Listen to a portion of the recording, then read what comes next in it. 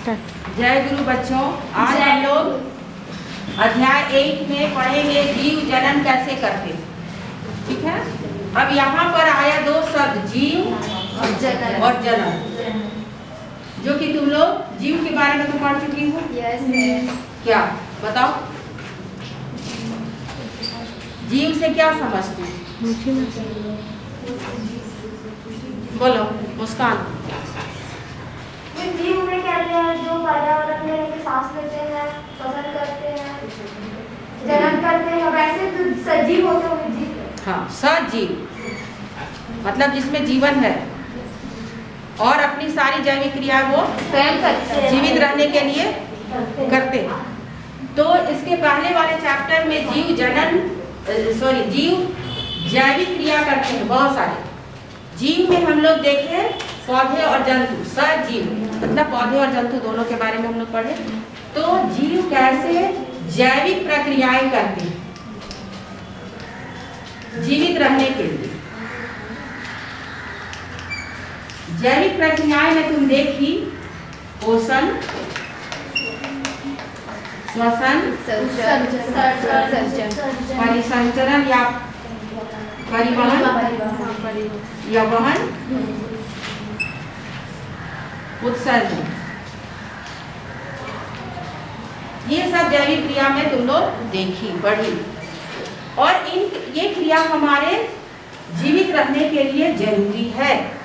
इनको जैविक क्रिया प्रथम या जो हम जैविक क्रिया हमारे जीवित रहने के लिए जरूरी है, उसको सबसे पहले हम लोग फर्स्ट कैटेगरी में रखते हैं और उसके बारे में हम लोग पहले अध्ययन करते हैं। नीचे क्लास से तुम पोषण के बारे में पढ़ते आ रहे, ठीक है, कि हम लोग सजीव या पौधे जो है भोजन बनाते हैं और हम लोग उसी भोजन को ग्रहण करते हैं। लेकिन आज जो हम लोग पढ़ेंगे जनन, ये अलग। इसके बिना मतलब श्वसन, पोषण, उत्सर्जन ये क्रिया अगर हमारे शरीर में नहीं होगी तो हम जीवित नहीं रह सकते। लेकिन अगर जनन क्रिया नहीं होती, इसके बिना हम जीवित रह सकते हैं। जनन हमारे जीवित रहने के लिए जरूरी नहीं, ठीक है, क्योंकि जनन क्रिया जो है इन क्रियाओं से अलग है। इसके बिना हम रह सकते हैं, इसके बिना हम रख सकते हैं, लेकिन इन क्रियाओं के बिना हम जीवित हमारा जीवन संभव नहीं। और जनन जो है, जनन क्रिया के लिए जैसे ये सभी क्रिया के लिए भी हमको ऊर्जा चाहिए, है ना। तुम जानती हो कि हमको कोई भी कार्य करते हैं उसके लिए हमको ऊर्जा चाहिए, और अगर हम आराम भी करते हैं तो उसके लिए भी हमको ऊर्जा चाहिए। तो जीवन जनन क्रिया के लिए भी हमको ऊर्जा चाहिए। और ऊर्जा कहाँ से मिलता है? भोजन से। तो जनन ऐसी क्रिया है जिसके बिना हम जीवित नहीं रह सकते। जनन के बिना हम जीवित रह सकते हैं और जनन कार्य के लिए हमारे क्या चाहिए? हमको ऊर्जा चाहिए। यानी जनन क्रिया क्यों जरूरी? तो जनन क्रिया इसलिए जरूरी है कि इस क्रिया के द्वारा ही पृथ्वी पर किसी भी जीव का अस्तित्व अभी तक बना हुआ है, इसी क्रिया के द्वारा। मतलब हर जीव अपने जैसा संतति को क्या करते हैं? जन्म देते हैं। अपने जैसा हूबहू, जेरॉक्स जिसको कहा जाता है, हाँ, अपने जैसा जीव को क्या करते हैं? जन्म देते हैं। तो कोई भी जीव जब किसी जीव का निर्माण करता है तो उसको हम लोग संतति कोशिका या संतति उसका कहते हैं। जनन में जनक होना चाहिए, मतलब जन्म देने वाला। जन्म देने वाला को हम लोग क्या कहते हैं? जनन। और उस प्रक्रिया को क्या कहते हैं? जनन। और जो बनता है वो संतति है या डॉटर सेल्स है या कोई भी जीव है, न्यूबॉर्न। इसके बाद आज हम लोग फिर इसके आगे पढ़ेंगे कि जनन कितने प्रकार का, ठीक है। तो जनन का प्रकार नीचे क्लास से पढ़ते आ रही हो, जनन के प्रकार। तो इसके दो प्रकार, एक है अलैंगिक जनन और दूसरा है लैंगिक जनन।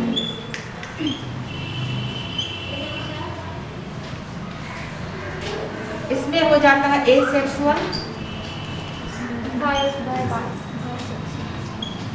सेक्सुअल, हाँ, और ये हो गया सेक्सुअल, रिप्रोडक्शन।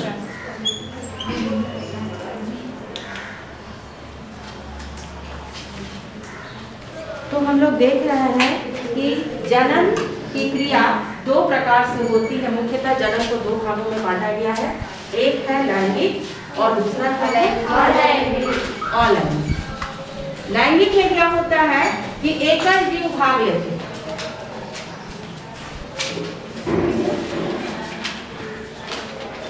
अलैंगिक में, अलैंगिक में और मतलब इसमें कि लिंग भाग नहीं ले रहे, अलैंगिक जनन एकल जीव के द्वारा ये क्रिया होगी। एक ही जीव जनन में क्या करते हैं, भाग लेते हैं, एकल जीव एक ही जीव। और लैंगिक में क्या होता है, दो जीव, हाँ, लिंग से रिलेटेड जो होते हैं लैंगिक जनन में दो जीव भाग लेते हैं, एक है नर और दूसरा क्या है, नर, मेल और फीमेल। क्या नाम है उसका, अंजलि, तुम्हारे बगल में क्या नाम है इसका, नहीं इसका अनीशा, अनीशा। एग्जाम के बाद आज पहली बार आई।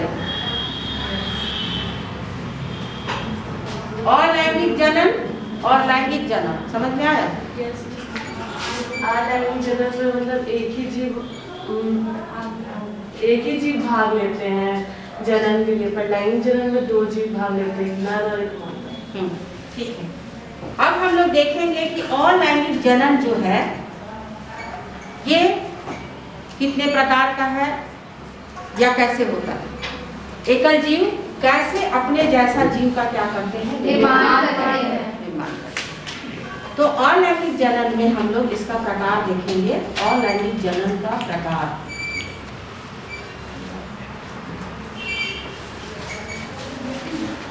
तुम लोग नोट करते जाओ, बैठे हुए।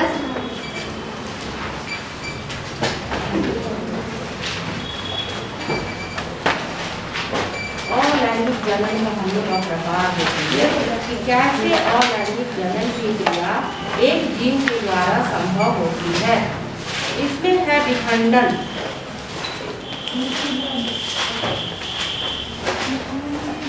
विखंडन या इसी को हम लोग विखंडन। दूसरा है मुकुलन,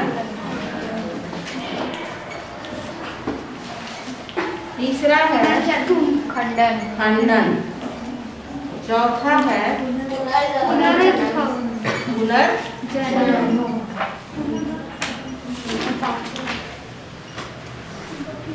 पांचवा है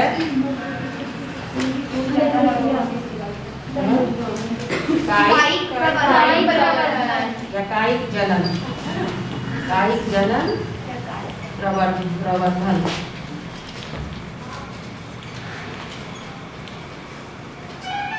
और बीजाणु समासन, बीजाणु के द्वारा जो जन्म। विखंडन, इनका शरीर दो भाग में या किसी भी तल से अलग हो जाता है। उकुलन, उकुल के द्वारा। खंडन, इनका शरीर 2-3 भाग में टूट जाता है, क्षय हो जाता है और प्रत्येक भाग विकसित होकर एक जीव का क्या करता है, पुनर्जनन। यहाँ पर भी थोड़ा सा इसे मिलता जुलता है, ठीक है, कि फिर से निर्माण हो जा रहा है। और कायिक जनन मतलब अंग के द्वारा, जो कायिक अंग है उन्हीं को वर्धी अंग भी कहते हैं, जड़, तना, पत्ती, ये कायिक अंग है। इनके द्वारा अगर जीव, इनके द्वारा अगर पौधे का निर्माण हो रहा है तो उसको हम लोग कहते हैं कायिक। और बीजाणु समासन, बीजाणु के द्वारा, स्पोर के द्वारा, कवक में। तो इस तरह से हम लोग देखें कि इतने तरह के अलैंगिक जनन है जिसमें एकल जीव, एक ही जीव जनन में भाग लेता है और अपने जैसा हूबहू जीव का क्या करता है, निर्माण करता है।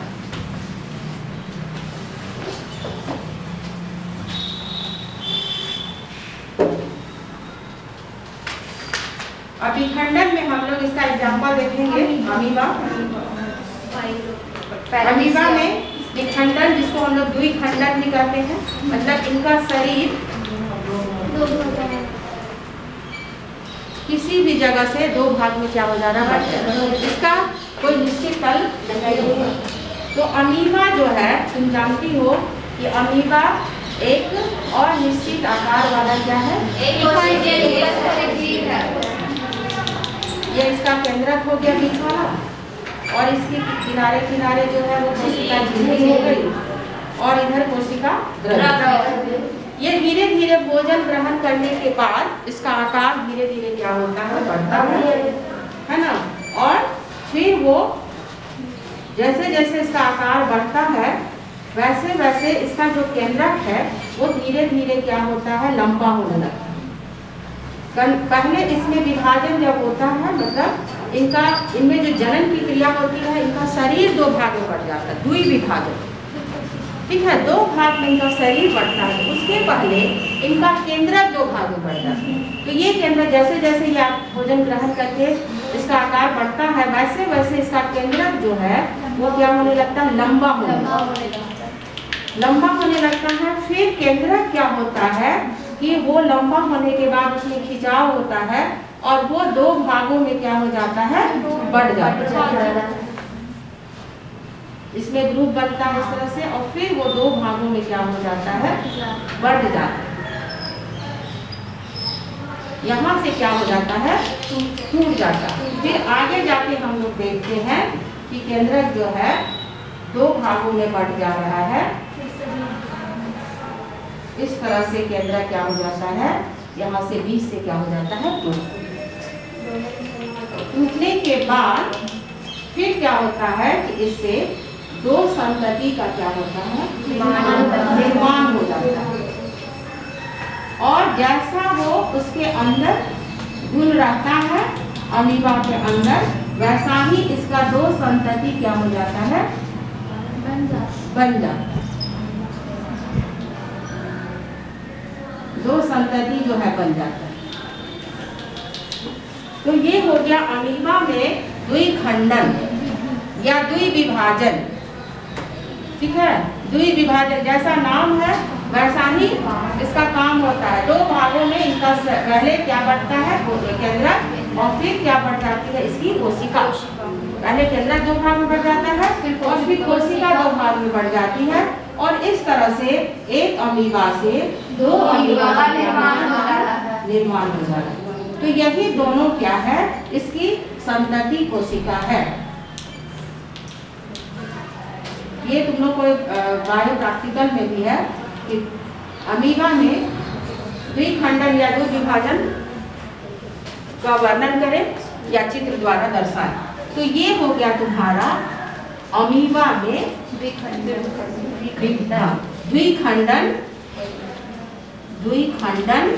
द्वारा कौन सा जनन, अलैंगिक। क्योंकि हम लोग देख रहे हैं कि इसमें कौन भाग ले रहा है, एकल। तो इसमें अमीबा में क्या होता है कि किसी भी जगह से इसका कोई निश्चित तल नहीं, लेकिन तुम्हारा जो काला जार का जो है जीवाणु, हाँ जीवाणु नहीं, एक कोशिकीय जीव या तुम्हारा लेशमैनिया है, उसमें क्या होता है कि उसका एक तल निश्चित है, उसमें वहां से वो क्या हो जाता है, टूट जाता है। यहाँ तक किसी को कोई दिक्कत नहीं। अब हम लोग देखेंगे इसी में आएगा, वो भी एक कोशिक में ही है, बहुखंडन। बहुखंडन, बहु मतलब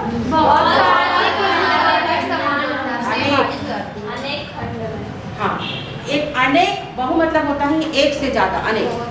यानी इसमें क्या होता है कि जीव का शरीर अनेक भागों में बढ़ जाता है और प्रत्येक भाग विकसित होकर एक जीव का क्या करता है?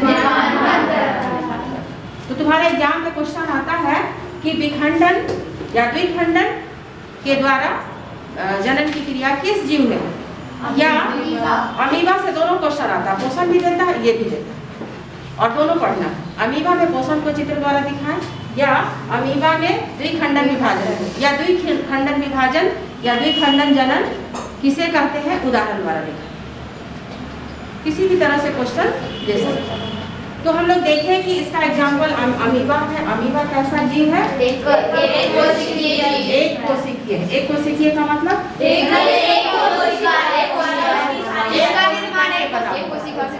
है। अब यहाँ पर हम लोग देखेंगे कि ये भी क्रिया अलैंगिक जनन में खंडन विखंडन में ही आती है। इसमें क्या होता है कि बहुत सारे अनेक भाग में इनका शरीर पड़ जाता है। इसका एग्जाम्पल है तुम्हारा मलेरिया परजीवी। मलेरिया परजीवी है, मलेरिया बुखार होता है उस परजीवी के द्वारा, और उसका नाम है प्लाज्मोडियम। क्वेश्चन आता है कि बहुखंडन विभाजन किस जीव में होता है? क्या बोलेंगे? प्लाज्मोडियम। प्लाज्मोडियम क्या है? एक प्रकार का परजीवी है। इससे कौन सी बीमारी होती है? इसलिए इसका नाम है मलेरिया परजीवी। मान लो एक मलेरिया परजीवी का नाम बताए तो क्या बताइए? तो इसमें क्या होता है कि इनका जो शरीर होता है वो कई भागों में बंट जाता है। इनकी जो कोशिका होती है वो कई भागों में बंट जाती है। हर जीव के शरीर में दो अवस्थाएं आती हैं, उनका जो जीवन संभव या चलता है उसमें। एक होता है उनका अनुकूल और एक होता है प्रतिकूल। मतलब एक उस मौसम में वो फल फूल सकता है, वृद्धि कर सकता है, और एक जो है उसमें उनकी वृद्धि नहीं होगी, वो उनके ऊपर विपरीत प्रभाव डालेगा। तो अनुकूल और प्रतिकूल दो परिस्थितियां होती हैं। जब अनुकूल परिस्थिति होती है, मतलब इसके फेवरेबल जो कंडीशन होता है, उस समय ये अच्छा से वृद्धि करता है अपना जीवन में। लेकिन जब प्रतिकूल परिस्थिति आती है तब ये क्या करता है कि अपने चारों ओर एक मोटा आवरण बना लेता है, और इसका शरीर कई कोशिकाओं में बंट जाता है। ये सब अलग अलग कोशिका, और इसी के अंदर ये बंद रहता है और चारों ओर एक आवरण बनाता है, जो आवरण इस प्रतिकूल परिस्थिति में इसकी रक्षा करती, बचाती। इससे क्या होता है कि बाहर का जो भी आवरण, जो भी वातावरण का प्रभाव होता है वो इसी पर पड़ता है, इसके अंदर नहीं आता है। अपना रक्षक आवरण बना लेता है प्रोटेक्शन के लिए, और अंदर इनका शरीर कई भागों में बंट जाता है। जब अनुकूल परिस्थिति आती है तब ये क्या करता है कि ये अंदर इसकी मात्रा बढ़ चुकी है, अब ये बाहर वाले दीवार पर प्रेशर लगाता है। यहाँ से दीवार, यहाँ से जो आवरण है वो टूट जाता है। टूटने के बाद एक एक जीव जो है बाहर निकलना शुरू हो जाता है। सारे जीव धीरे धीरे क्या हो जाते हैं? बाहर आ जाते हैं। यही है मलेरिया। जब ये प्लाज्मोडियम हमारे शरीर में आता है मच्छर के काटने से, तो ये यही काम करता है। एक प्रवेश करता है और धीरे धीरे अपनी संख्या बढ़ाना शुरू कर देता है, ठीक है। और जब बढ़ जाता है तब वो ब्लड के द्वारा धीरे धीरे पूरे शरीर में जाता है और बाद में ब्रेन में चला जाता है। जब ब्रेन में चला जाता है तब उस व्यक्ति को बचाने में मुश्किल है। तो यही करता है ये। अपना शरीर देख रही हो तो बहुखंडन, यहाँ एक वर्ड आया बहुखंडन, ये भी अलैंगिक जनन का एक प्रकार है। और इसमें क्या होता है कि इनका शरीर अनेक भागों में देखो बट गया है, और प्रत्येक भाग जब अनुकूल परिस्थिति आती है तो विकसित होकर एक एक जीव का क्या करता है? इसलिए इसको हम लोग क्या कहेंगे? तो द्विखंडन, विखंडन, बहुखंडन।